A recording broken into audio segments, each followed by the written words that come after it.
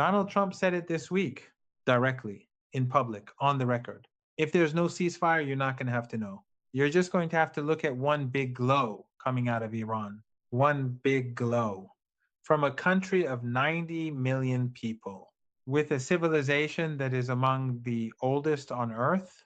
One big glow. I want to explain what happened in the 48 hours before and after that statement. Because the gap between the statement and the reality of what occurred in the Strait of Hormuz is the most revealing document of where this conflict actually stands on May 10th, 4 days before Trump boards his plane to Beijing. What actually happened in Hormuz, the confirmed record. Let me give you the confirmed operational record of what happened in Hormuz this week, not the statement, the record. U.S. Central Command confirmed that 3 American warships, the USS Truxton, the USS Mason, and a third destroyer were targeted by Iranian missiles, drones, and small boats during a transit of the Strait of Hormuz. CENTCOM said none of the vessels was struck. U.S. forces retaliated with what CENTCOM described as self-defense strikes on bases near Iranian ports in the Strait. 10 Iranian sailors were wounded, and 5 others went missing as a result of the American self-defense strikes. A cargo vessel near the waters of Minab was struck and caught fire during the exchange. Iran's semi-official Mehr news agency reported the cargo vessel incident and named an Iranian official who confirmed it.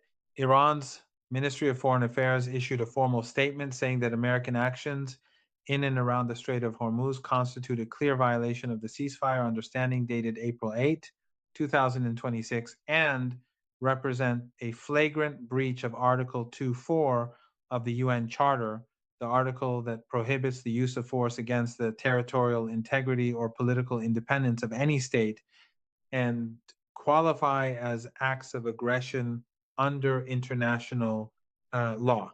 That is the confirmed record. 3 American warships targeted, American self-defense strikes executed, 10 Iranian sailors wounded, 5 missing, a cargo vessel on fire, Iran invoking the UN Charter, and Trump said one big glow. What one big glow means, and does not mean I want to address the specific language directly, because I think the coverage has treated one big glow coming out of Iran as a rhetorical flourish, aggressive presidential language designed for domestic political consumption when it is something more analytically significant.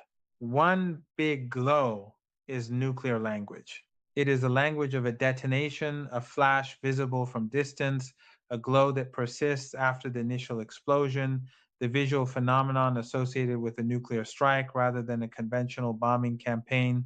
Trump did not say one big fire. He did not say one big explosion. He said one big glow. This follows a previous statement posted on April 7th, in which Trump wrote that a whole civilization will die tonight, never to be brought back again.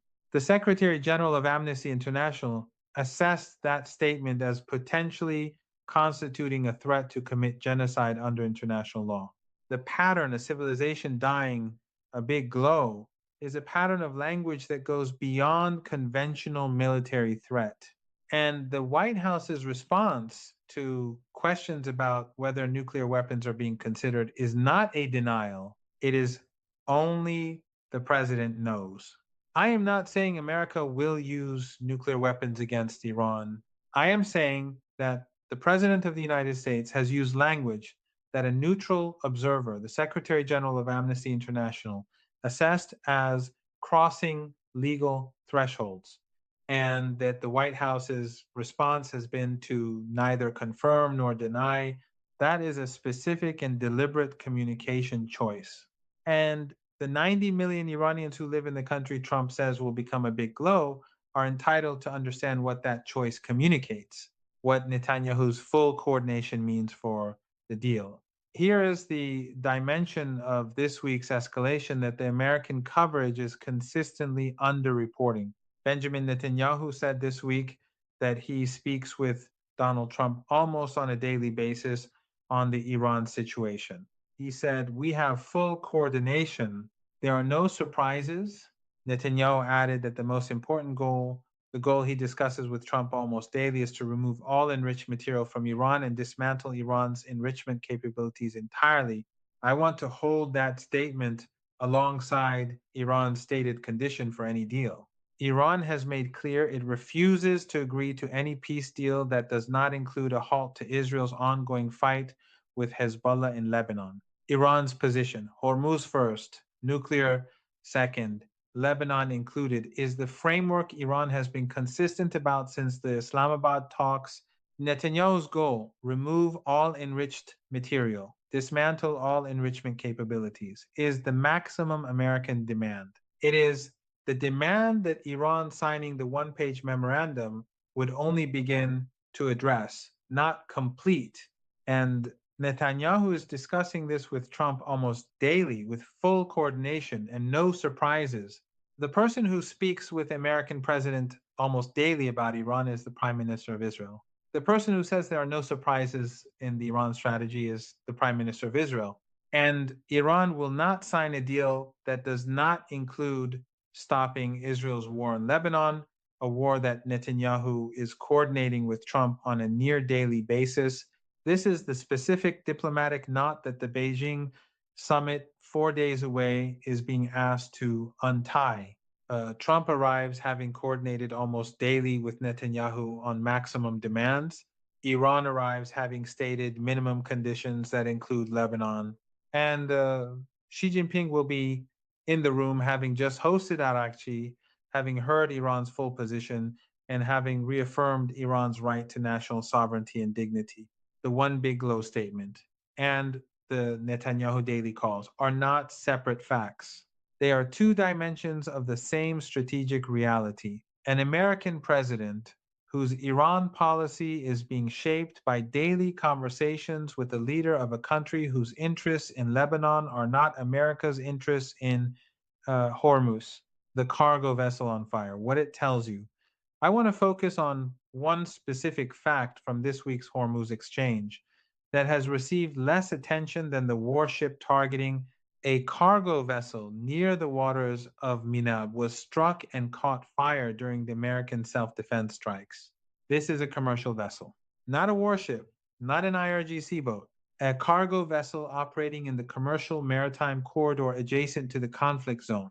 It was struck during an American military exchange and caught fire. There are 1,600 ships currently stuck in or around the Strait of Hormuz. Many of them are commercial vessels operated by shipping companies from countries that are not party to this conflict: South Korea, Japan, Greece, the Philippines. Their crews are nationals of countries that have no vote on whether American destroyers conduct self-defense strikes or Iranian forces fire missiles in the same waterway. A cargo vessel caught fire this week. Its crew, unnamed in the reporting, likely from a country far from the conflict, was on board when it happened. Trump said one big glow. Iran said it was an act of aggression, and a cargo vessel caught fire in waters that 90% of global commercial shipping has been avoiding for 81 days, because the alternative is exactly this. The IRGC warning and what it means for Beijing, Iran's military, warned the United States to keep out of Hormuz this week. The IRGC has made clear that it considers American naval operations in the strait a violation of the ceasefire. Iran's ministry has invoked the UN Charter.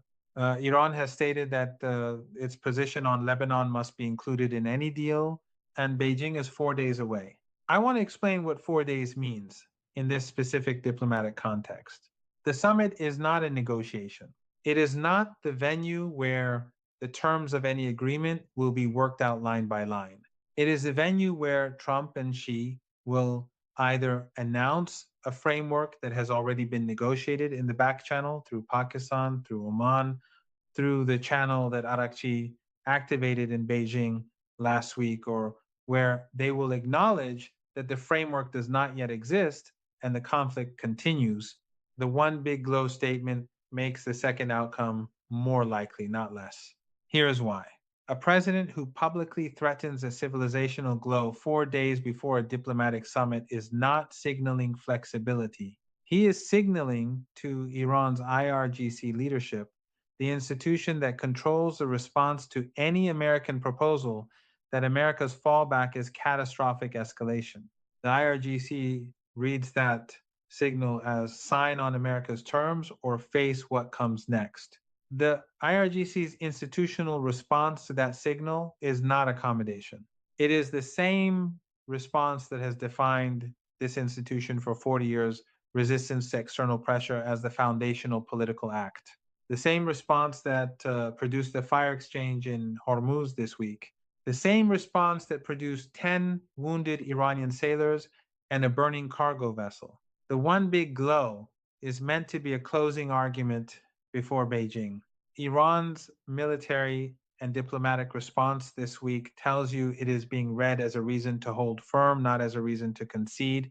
Watch Beijing in 4 days, not what is said at the podium. Watch the oil price in the 48 hours after the summit ends, because the market will tell you whether the glow was a bluff or a turning point before any official statement confirms it.